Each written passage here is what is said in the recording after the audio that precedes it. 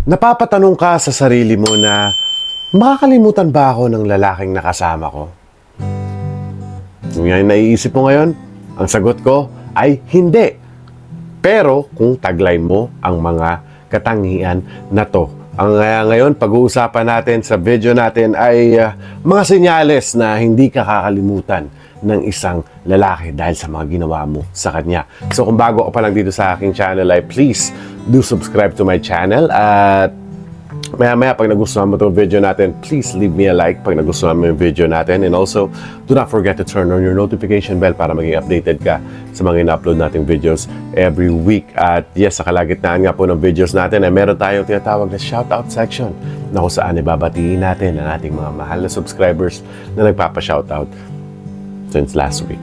So mamaya po yan sa kalagitnaan po ng videos. And yes, Instagram ko po, paki-follow na lang po yung Instagram ko para makita niyo yung mga personal life ng inyong lingkod dito sa South Korea as an OFW. So without no more further ado, let's go to our main topic for today. Signs na hindi ka makakalimutan ng isang lalaki. Number one is siya yung tipo ng lalaki na kapit-tuko sa'yo. What do I mean by that? Yung lalaki na panay dikit sa'yo na parang ayaw nang umalis sa tabi mo, na minuto hinahanap niya yung presensya mo.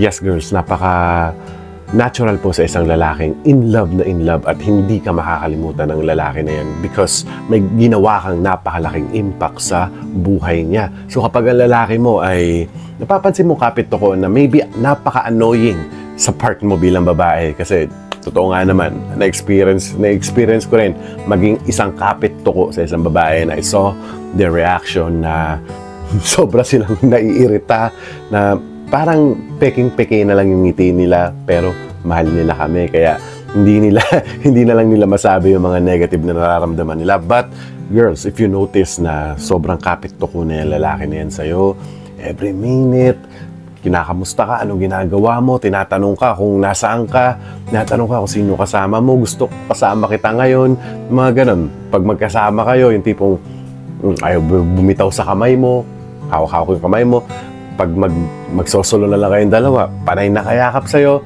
ladies, trust me, that guy will never ever forget you at lagi kang tatatak sa utak niya.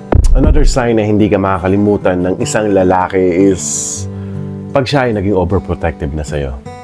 Kasi girls, take note, ang isang lalaking in love na ayaw ka na mawala sa buhay niya is yung lalaking nagiging automatically overprotective. Na sometimes, di ba, nadidemonize nga yung pagiging overprotective ng mga lalaki na nagiging negative pa nga. But girls, natural instinct na po namin yung mga lalaki na proteksyonan kayo. Most especially kapag na-in-love kami sa inyo, lalo na babae, kailangan nyo ng protection or provision ng isang lalaki when it comes to a relationship. Kailangan nyo po yan. Kaya girls, kapag ang lalaki mo ay naging overprotective sa'yo, wag ka na mamairita, di ba? Kasi isa lang yan sa sign na mahal ka niya. Kumbaga, most na mga mga lalaki is hindi kagaya ng mga babae na showy pag in love na I love you every minute. Most na mga lalaki, pinapakita yung mga love language nila by doing this type of stuff, kagaya ng protection or sometimes providing. But number one is protection, giving security sa iyo. Kaya girls, kapag nakita mo to sa lalaki mo, trust me, hindi ka na mawawala sa utak niya. And before we move on sa ating next topic, ay babatiin muna natin ang ating mga mahal na subscribers na nagpapa-shoutout since last week, na sina Priscilla Gadian ng Saudi, hello. Kay Lourdes Carmel Ramos ng Riyadh, hello. Kay Nutflex Store, long time no see. Kay Peregina Ablando ng Cebu, hello po. Kay happy birthday kay Hope Montile. Happy birthday sa'yo, Hope Montile. Birthday niya noong September 27. I don't know. Malapit na. I'm shooting this video September 24 ngayon. So, Virgie ng Pangasinan, hello po. Kay Denver Bacobo ng UAE, hello po. Kay Leonida Halayahay, hello po. Kay Julieta Dokog ng California, hello po. Uy, nandyan tayo someday. Soon, baka next year, nandyan na tayo sa California. So, maraming salamat sa walang sawang panonood dito sa aking channel. At kung gusto niyo pumapasama sa ating shoutout section, ay just type shout out and then pangalan ninyo or ano man yung mga pinapabati ninyo or may mga birthday man or anniversary or anything under the sun. Or kung gusto mo lang marinig yung pangalan mo, pwede po. So just keep writing down your comment at gugulatin ko na lang kayo sa Instagram. Kung nakafollow kayo sa Instagram ko, kailangan nakafollow kayo. Andiyan po yung description box down below. I-my-day ko rin yung mga pangalan nyo dyan. So, let's go back to our topic. Signs na hindi ka makakalimutan ng isang lalaki. Up next is, kapag siya yung tipo ng lalaki na nagre-reply ng napakabilis. Diba? Kasi girls, parang kayo rin yan. Kapag interesado kayo sa tao, of course, magre-reply kayo ng napakabilis or kung gustong-gusto nyo yung isang tao. Same with a guy, okay? Same with a guy. But, in my opinion, yung mga lalaki is on another level eh. Pag nasabi na natin na hindi ka na mawawala sa utak na isang lalaki, we are on another level kumpara sa mga babae, di ba?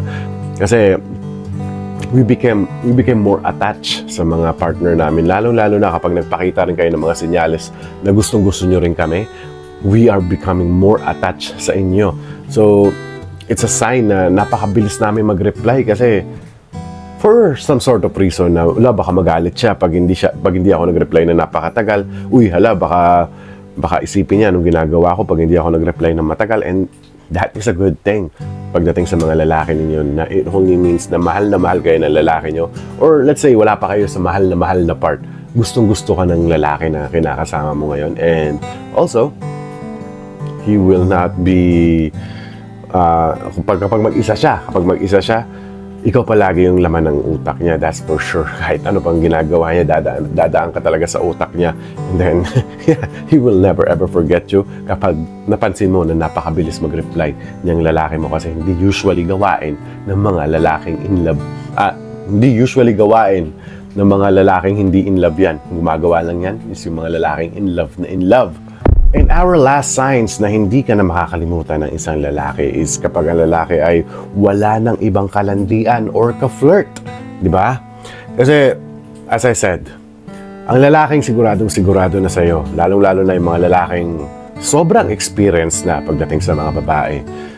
Kapag nakahanap sila ng para sa kanila talaga is kahit gaano man siya ka-experience, kahit gaano man karaming options yung lalaki na yan is hindi na niya papansinin yung ibang options niya kapag nahanap ka na niya and kapag sigurado na siya sa'yo.